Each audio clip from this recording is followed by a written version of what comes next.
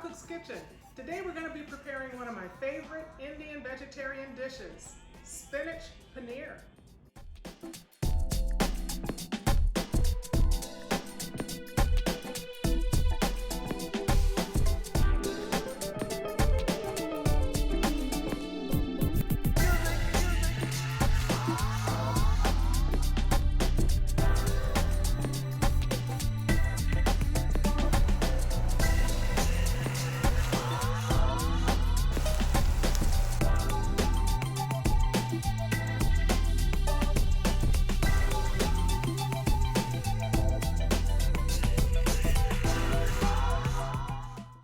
Serve your spinach paneer over basmati rice.